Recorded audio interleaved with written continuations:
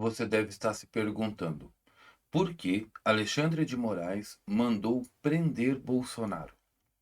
A resposta curta é simples: para tampar a vaza-toga. Mas a resposta completa é muito mais grave do que isso, gente. Ela revela uma engrenagem de arbitrariedade, de fraude institucional e de risco diplomático jamais visto na história do Brasil recente. Nos últimos dias, o Brasil foi sacudido por algo muito maior do que um simples escândalo político de corrupção. Estamos falando de uma série de áudios vazados e receberam o nome de vaza-toga. Mas atenção, não estamos falando de boatos de internet, nem de fofocas de bastidores. Esses áudios são reais, foram gravados por gente de dentro do sistema e envolvem nomes de peso, militares, ministros e figuras centrais do poder político brasileiro. São conversas claras, diretivas explícitas, planos discutidos com naturalidade e o conteúdo desses áudios é explosivo. Porque o que era vendido até agora como uma tentativa de golpe, né, aquela famosa tentativa de golpe contra a democracia brasileira, na verdade, foi uma encenação, uma farsa montada, um teatro cuidadosamente roteirizado e executado com a conivência de quem deveria ter impedido tudo desde o início. Veja, aquilo que a grande mídia chamou de atentado antidemocrático, agora aparece como um espetáculo encenado por dentro das próprias instituições. Nos áudios fica claro que houve omissão proposital da segurança pública. Isso mesmo.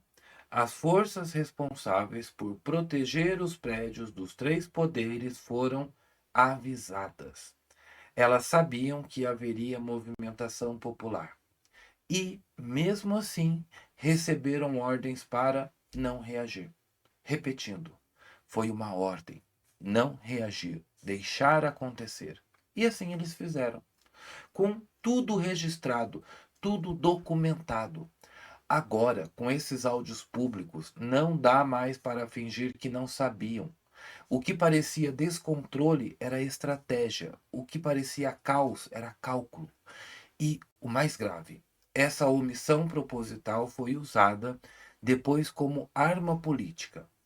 Após os eventos dos dias 8 e 9 de janeiro, o sistema ele se aproveitou da comoção pública para perseguir opositores, calar vozes e criminalizar qualquer crítica. O que começou como uma manifestação popular, com cidadãos comuns protestando, foi rapidamente transformado em pretexto para instalar o medo e para justificar prisões, censuras, perseguições. Resumindo, gente, a Vaza-Toga, ela escancara que o 8 de janeiro não foi um golpe, foi uma armadilha. E quem estava no comando não era o povo, era o próprio sistema, criando sua própria crise para consolidar ainda mais o seu poder. E agora, com a verdade vindo à tona, eles tentam desesperadamente esconder as provas, silenciar os vazamentos e punir os que denunciam. Mas a verdade já saiu da caixa e ela está circulando agora por todo o Brasil. E se você ajudar, compartilha esse vídeo, porque todo mundo precisa saber, gente. Bom, agora vamos ao ponto mais delicado e também mais explosivo. O ponto jurídico. Porque uma coisa precisa ser dita com todas as letras. Se os eventos dos dias 8 e 9 de janeiro foram de fato forjados, se houve uma encenação institucional com omissão proposital e manipulação da reação, então, gente, tudo que foi construído a partir desses eventos é nulo. Tudo, absolutamente tudo. Isso não é minha opinião, isso é uma lógica jurídica, isso é a base do direito. E se a premissa é falsa, toda a conclusão que se segue também perde validade. E o que está em jogo aqui não é pouca coisa. Nós estamos falando da prisão do Jair Messias Bolsonaro, das prisões de civis e militares, muitos dos quais estão presos até hoje, sem julgamento justo, sem direito de defesa, com base em inquéritos secretos e sem transparência. E agora a gente está vendo aí que sem respaldo jurídico nenhum. Há censuras a jornalistas, gente, a influenciadores, a deputados, a cidadãos comuns. Gente, todo mundo que ousou questionar a versão oficial dos fatos foi punido. As investigações conduzidas pelos gabinetes do STF, que se apoiaram em relatórios incompletos, manipulados ou claramente enviesados, eles puniram essas pessoas. O mais grave de tudo é que a narrativa justificou esse estado de exceção que a gente vive, esse estado permanente de insegurança que foi instaurado no Brasil desde então. Sim, porque foi essa narrativa de que houve uma tentativa real de golpe que permitiu a instalação de medidas autoritárias, de perseguições políticas, de silenciamento em massa. Mas se essa narrativa estiver baseada em uma fraude, e se os próprios autores da omissão sabiam de tudo e deixaram acontecer de propósito, a resposta ela vai ser inevitável. Se a base for falsa, o castelo inteiro vai desmoronar. Não é uma questão de rever um processo aqui ou ali. É uma questão de reconhecer que todo o sistema jurídico montado após o 8 de janeiro está contaminado, está comprometido, está viciado de origem. E é exatamente aí, gente, que os áudios da Vaza Tog entram com o peso de uma dinamite. Porque esses áudios, eles não apenas colocam a narrativa oficial em dúvida, como eles vão muito além disso. Eles invalidam a narrativa. Eles mostram que o teatro tinha diretor, que a tragédia democrática foi ensaiada e que quem se beneficiou dela não foi o povo, mas os donos do palco. E se isso não for motivo para revisão total dos processos, para, quiçá, anulação, então não há mais justiça. Só há um teatro. Só há uma censura para quem se recusa a aplaudir. E então surge a pergunta inevitável. Diante de tudo isso, o que faz o sistema? Será que ele decide investigar os áudios? Será que ele abre uma CPI? Será que ele pede perícia? Confrontam os envolvidos? A pura verdade? Não. O sistema, ele não reage com transparência. Ele não reage com justiça. Ele reage com mais repressão. A resposta do sistema é silenciar, é esmagar, é tentar apagar o incêndio jogando mais gasolina. E é justamente nesse contexto, logo após a explosão da Vaza Toga, que Alexandre de Moraes decreta a prisão de Jair Messias Bolsonaro. Veja o time, veja a sequência dos fatos, veja a lógica da escalada. A Vaza Toga estoura logo depois daquele fim de semana maravilhoso que o povo brasileiro foi para a rua. Os áudios vazam, a narrativa desmorona, o povo começa a perceber o que houve de fato, e então, como quem diz, fechem as cortinas. O Moraes solta o último ato. Prendam Bolsonaro. Coincidência? Pouco provável, né? O que temos aqui é estratégia, é cálculo político, é o uso do poder judiciário para proteger uma farsa. Porque silenciar Bolsonaro é mais do que uma medida judicial. É uma tentativa desesperada de impedir que ele fale.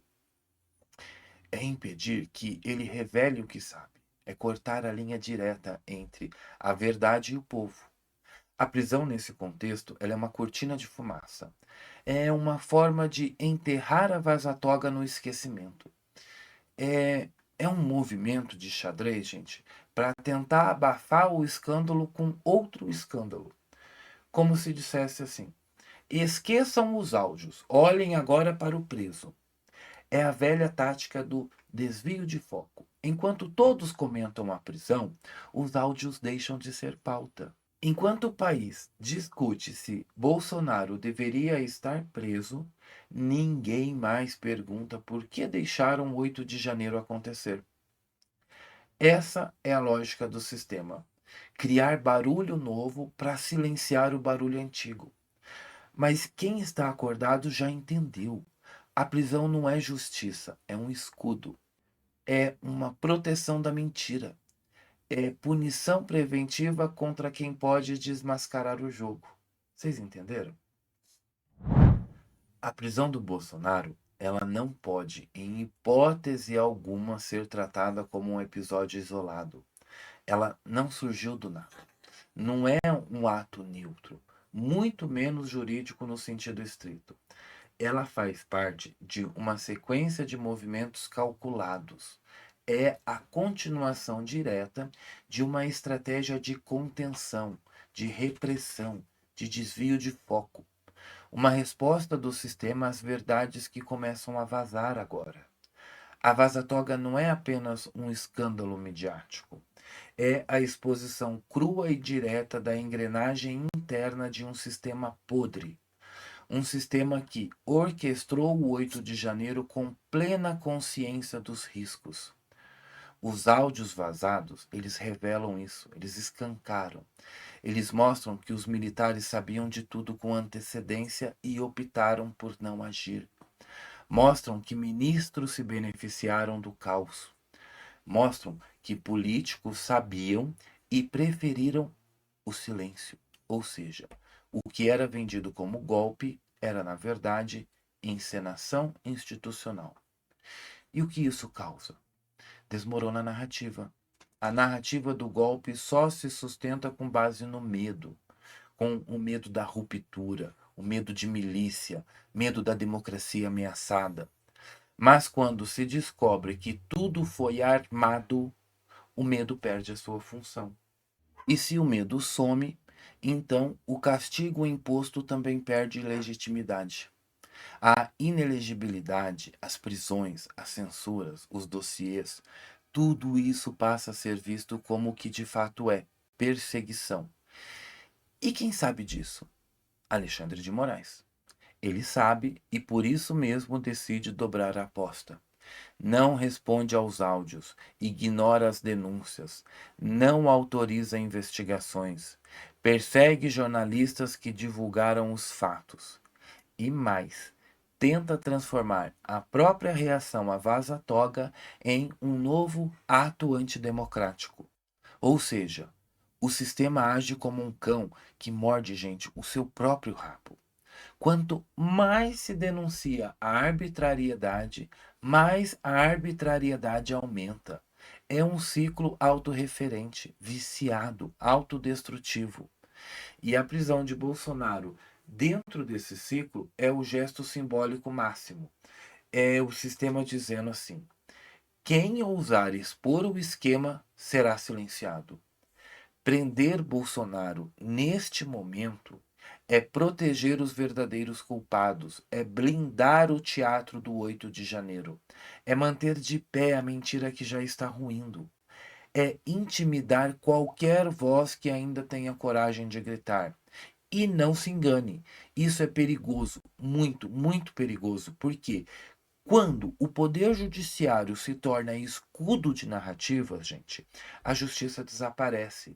E em seu lugar entra o autoritarismo com toga, ou seja, a ditadura da toga.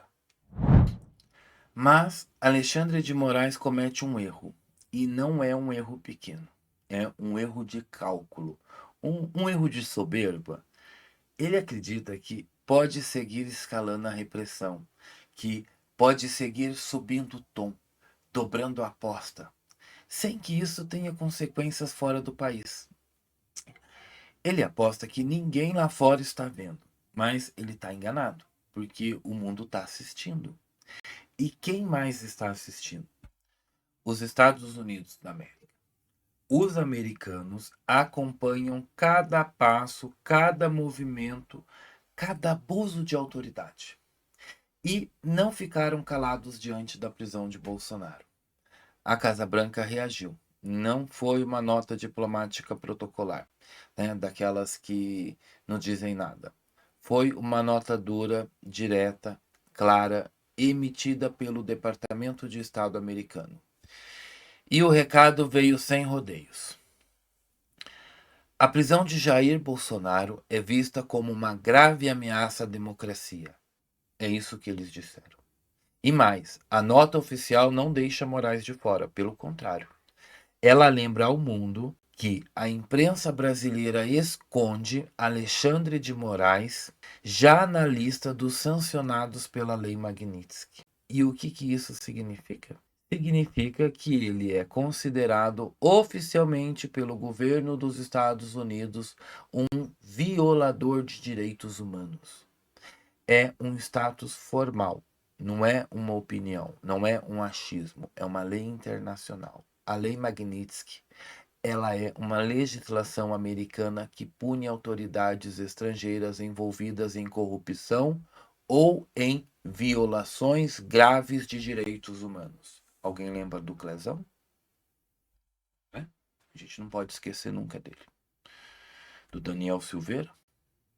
E o Moraes está lá, na lista, com nome e sobrenome. Ele já foi identificado como uma figura que atua contra liberdades fundamentais. E agora, com a prisão de Bolsonaro, ele volta aos holofotes do Departamento de Estado. Ou seja, enquanto tenta calar adversários no Brasil, o Moraes chama atenção lá fora. Enquanto ele tenta controlar a narrativa aqui dentro, ele está perdendo o controle da imagem internacional do Brasil. Porque, gente, não se trata apenas aqui de uma prisão política. Trata-se de um sinal de autoritarismo institucionalizado, ditadura. E os Estados Unidos sabem disso. É um estado de exceção. Eles estão acompanhando de perto, mapeando cada escalada. Eles estão atentos ao que a prisão representa para a estabilidade da América Latina, sabia? Eles sabem o que essa prisão do Bolsonaro representa. E a mensagem é clara. Cada novo abuso será respondido. A partir de agora, a repressão não corre mais no escuro. Ela está sendo vigiada, está sendo documentada, está sendo analisada. E o Brasil, um país soberano, sim, mas inserido no cenário internacional, ele agora entra numa zona delicada. Uma zona onde decisões de um único ministro podem comprometer relações diplomáticas, relações econômicas, relações estratégicas. O erro de Moraes foi acreditar que o Brasil é uma ilha, que pode tudo, o tempo todo, sem prestação de contas, gente, sem reação, sem consequências. Mas o jogo mudou. Agora ele está no radar e o mundo está assistindo. E está assistindo de camarote. Agora, é importante entender uma coisa. A Lei Magnitsky, ela não é simbólica. Não é uma dessas resoluções que só causam constrangimento diplomático e morrem no papel, não, gente. Ela tem dentes, ela tem força, ela tem efeitos práticos. E aqui vem o ponto central. Essa lei, ela não apenas atinge o indivíduo sancionado, ela vai além, muito além. Ela permite que os Estados Unidos apliquem sanções secundárias. Ou seja, não é só Alexandre de Moraes quem pode ser punido. Quem colabora com ele também. E quem que seriam esses colaboradores? A lista é ampla, muito ampla. Ela vai incluir instituições brasileiras, empresas que apoiam ou executam ordens abusivas, e até mesmo membros do próprio governo brasileiro. Ou seja, o Brasil inteiro pode acabar pagando a conta. E não estamos falando de punições políticas apenas. Não é perder o visto. Não é só uma chamada na ONU, uma bronca diplomática. Estamos falando de sanções que atingem o coração da economia brasileira. Por exemplo, o Brasil, ele corre risco real de ser desconectado do sistema SWIFT. Talvez você nunca tenha ouvido falar desse nome, mas O SWIFT, ele é o sistema financeiro global que permite pagamentos internacionais. Se o Brasil for desligado do SWIFT, o que acontece? Acontece o seguinte: o Brasil não importa mais nada. O Brasil não exporta mais nada. O Brasil não recebe pagamentos e nem faz mais transferências internacionais. É como ser expulso da economia mundial. É como assim, se o Brasil virasse uma ilha isolada em pleno século XXI. E quem já passou por isso? A Venezuela. E o resultado nós conhecemos muito bem, não conhecemos? Desabastecimento, inflação, fugas de capitais, recessão, caos. Gente, tudo isso pode acontecer com o Brasil. Por quê? Porque para proteger Alexandre de Moraes, veja bem, o país inteiro pode ser arrastado para um buraco econômico e diplomático por causa da obstinação de um único ministro que se recusa a prestar contas. Essa é a gravidade da situação. E o governo federal, ele apoia. Não é mais uma direita ou esquerda. Não é sobre quem você apoia politicamente. É sobre soberania nacional, é sobre sobrevivência econômica, é sobre o risco de colocar o país inteiro como escudo humano para proteger um tirano só. E isso, meus amigos, não é justiça. É loucura institucionalizada e oficializada pelo governo federal, pelo governo executivo. O Lula já disse que vai fazer o que o Alexandre de Moraes preferir. Então, vamos para o próximo bloco. A situação que enfrentamos agora é gravíssima. É gravíssima, eu estou rindo de nervoso. Nós não estamos apenas falando de um embate entre esquerda e direita. Não é mais uma disputa de narrativa entre bolsonaristas e lulistas. É muito maior. Nós estamos falando de sobrevivência institucional do Brasil. Estamos falando do risco real de um colapso jurídico, político, econômico e diplomático, sem falar nas Forças Armadas, né? Nós estamos diante de um país que está sendo conduzido para o abismo e não é por causa do Jair Messias Bolsonaro. É por causa de um sistema que decidiu proteger um único homem acima da Constituição.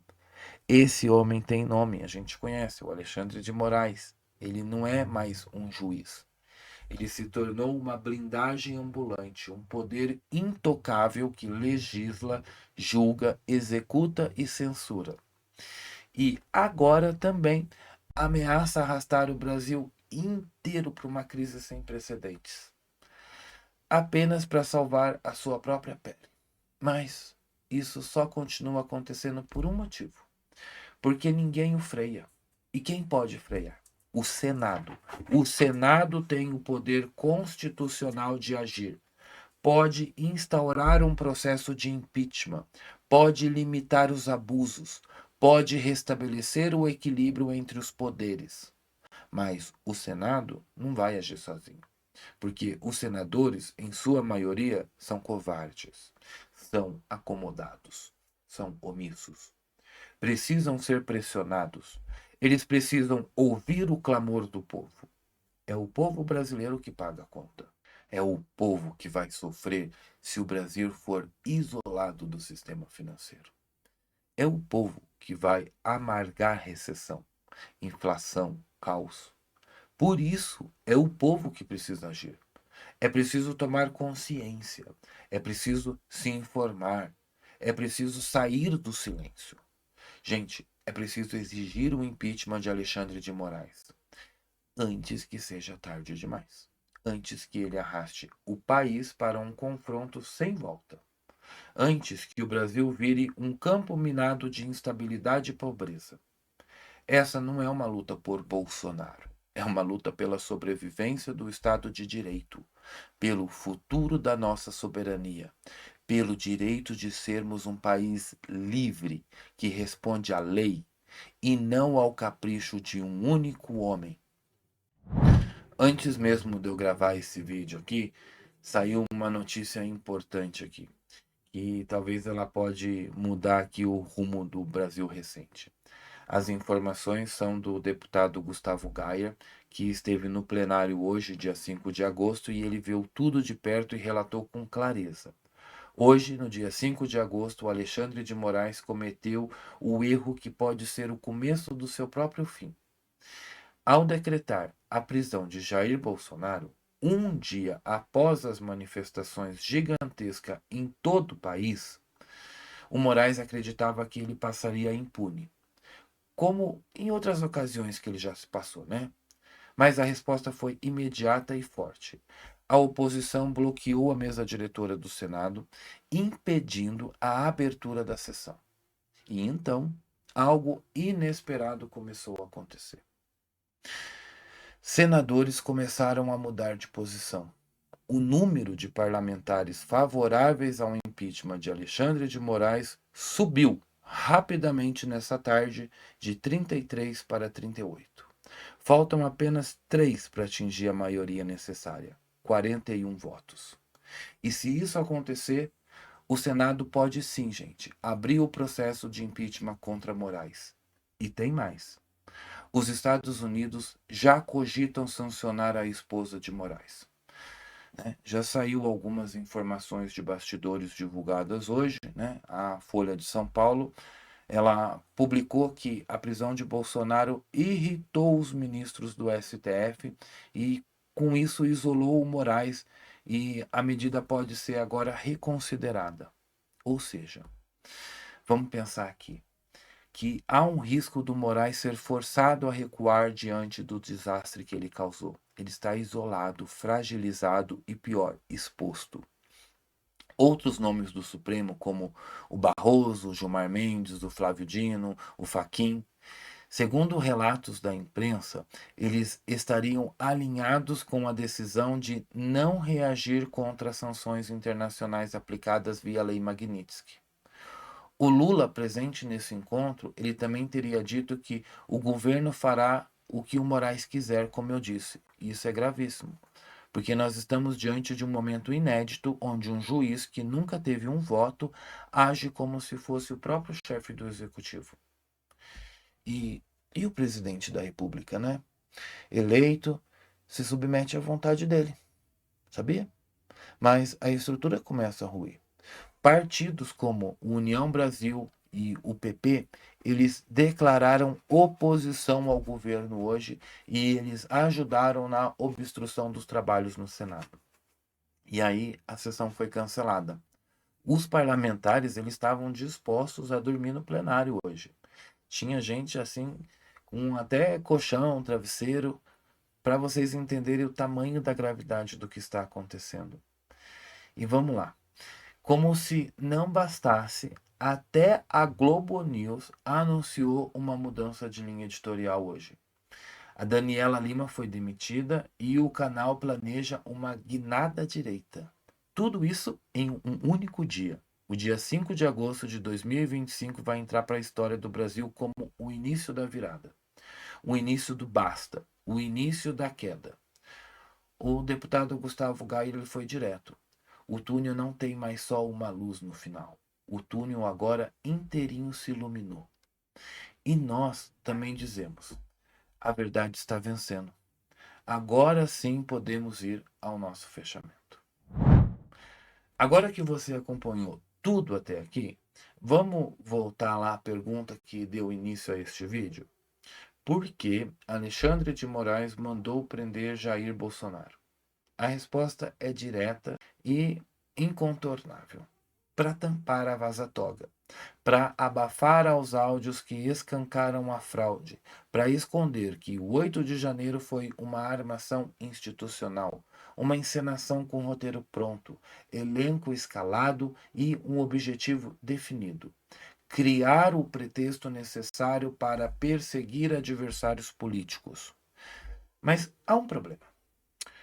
A verdade escapou. E ela tem nome: Vaza-Toga. Os áudios vazaram e eles estão disponíveis. E expõem tudo aquilo que foi feito nas sombras. Eles invalidam a narrativa oficial. eles derrubam a legalidade da inelegibilidade das prisões, das censuras e dos inquéritos. Eles mostram que o castelo foi construído sobre areia movediça. E agora, tudo ruim.